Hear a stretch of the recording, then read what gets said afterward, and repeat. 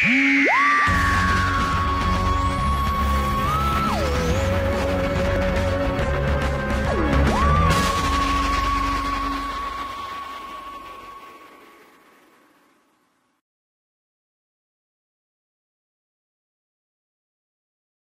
originally got, this is going to sound really stupid, I got the inspiration by watching an episode of The Simpsons.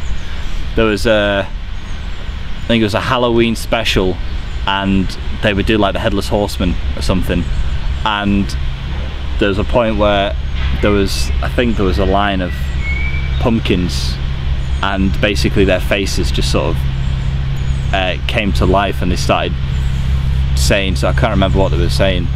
And I thought that was pretty creepy, but the main one was The Nightmare Before Christmas. I remember I rewatched that, I think it was around Christmas time on TV, and I just like the whole idea of the Jack Skellington character, just, you know, with the pumpkin head and the suit, but he's not evil, and I think that sort of look I think would be quite good for a creature. And I needed to sort of come up with an idea of how I could incorporate that into an episode. So I started coming up with some ideas, and then I thought, well, why don't we sort of have a section where it's like a flashback at the very beginning, so pre-titles, and you see, obviously the episode that you see now isn't as it was originally written. So in the originally written episode, you have two kids trick-or-treating, and then you have a noise coming from some woods, and one of them goes in to see what the noise is, and all of a sudden you turn around, the camera pans up, and you see like a silhouette of like a jack-o'-lantern, and then it cuts. But then obviously because of casting issues we had to rewrite that, but the original is still there. I have a very particular style of filmmaking where the camera is always moving, sort of low shots, and also long bits of dialogue, and like continuous shots. So when you have to convert that to a Doctor Who episode, I couldn't use that style of filmmaking, because obviously Doctor Who is made in a certain format, so you have to stay true to it in a way. But I remember there was a shot in Portal to the Past where Matthew's character, he sits up and the camera follows him. I got that idea, I was watching a series on BBC 3 at the time called Our World War, and they would attach a camera to like either a rig attached to the person or to the end of the gun, so the camera was moving with them. I just thought that looked really cool. And obviously I'd get inspired by things I'd watch and add them in, but obviously I had to change how I went about making it, because obviously it's science fiction. So, and I'd never made a film where you had to have special effects inserts in, so that was also a challenge. Portal to the Past was,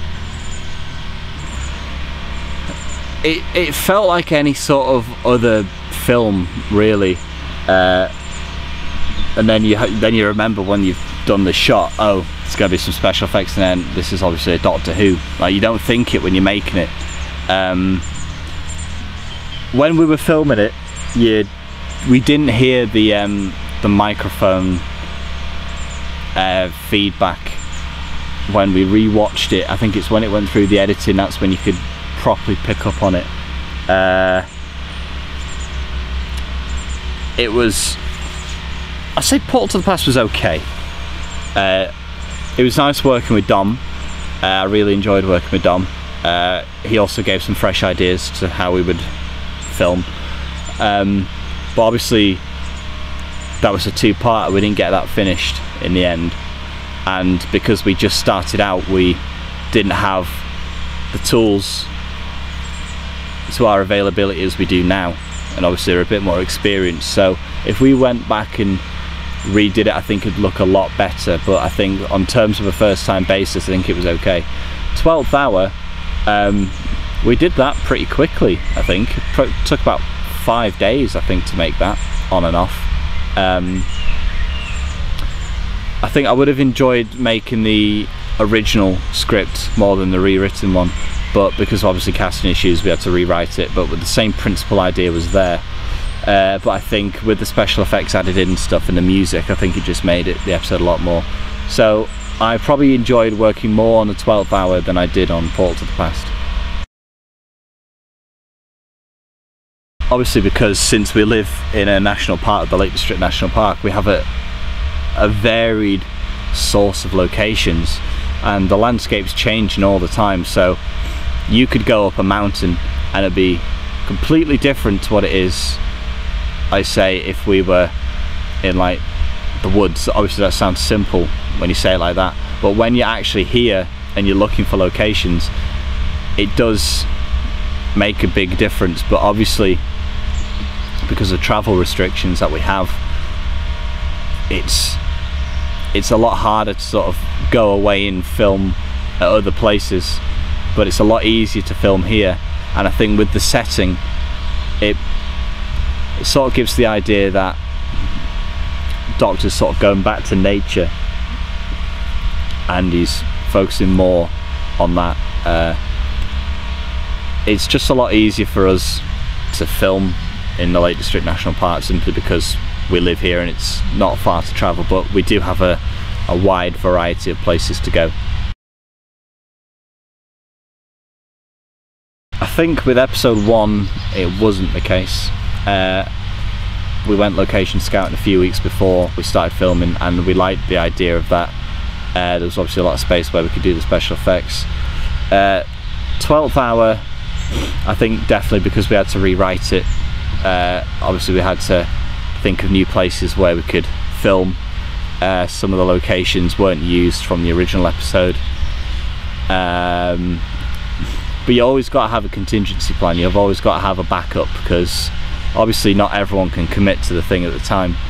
So you always got to have a backup, and obviously because, like I said before, we have a wide variety of sources for locations, it's not too hard to find something which looks similar but also has either a greater impact or the same impact as originally written. I think I am, yeah. Obviously I would like to have made the original written episode, but I like the way it turned out in terms of the special effects and the music, and also the characters in there as well. It's good to see a fresh sort of creature in there instead of using ones which we all know, and it also gives the audience something to sort of look at more and sort of give their own opinion to, because obviously if you use a Cyberman, it's been used countless times, whereas if you use a new creature, that gives them more to talk about, I think. But I'm happy with the way it turned out. I really would just like to have made the original, but obviously we couldn't have done. My initial reaction was, where the fuck are we going to find that location? Because obviously it's in a war, it's like a bunker and stuff, and if we're wanting to stay true to it and be authentic, we're going to have to seriously try and get some permission to use some of the places. We obviously looked online, we had some people look online for us, trying to find a place where we could film it. Obviously some military sites have been decommissioned and now still part of the Ministry of Defence, and also if we are filming there we do need insurance, which, because we're only starters, we can't afford that amount of insurance. I think one insurance was about £5 million just to shoot at one particular location. So again, compromising, we have to try and find a place where we can film it authentically, without sort of losing the trueness of the story. And also I think finding the characters as well, because there are more characters in this one than there are in the other 2 episodes combined, so it's trying to find people who would fit the roles well. You can't just pick someone willy-nilly because they're your friend and you think, oh yeah, I think he'd do that. You need to properly find out, are they going to be true to that character? Are they going to bring the essence of that character out of the script and onto the screen. So there's a lot of things to think about, and obviously it's a more detailed and bigger project than the previous two. I think just originality. I mean, like I said before, we had an original creature of the jack-o'-lantern. So if we keep with that originality and just keep creating our own stuff, I think creating creatures, planets, universes and stuff, and also the storylines as well. I mean, you don't want to watch a fan film and then sort of rip it off. You want to take time to create something true and authentic. Also, the Doctor Who series, the BBC series, is a big inspiration, so you can take inspiration from that, but in order to stay ahead, you just need to get out there. You just need to get it out there, get more people into it, broadcast it more, and I think just keep up to date with everything. With episode 3, we've got it's set in, like, I think it's a futuristic war, or episode 4, you will see the Doctor. He is under a time limit to sort of save the universe before an unknown entity either destroys him or the universe. Episode 5, what the fuck is episode 5? It's going to be like a pandemic outbreak. I won't reveal too much of that because it also links into the series finale, so we don't really want to ruin it. But let's just say the Doctor is pretty much pushed to his limits on them ones. And we've also got ideas for series 2 as well, so we're not going to stop at series 1, we are going to continue with it.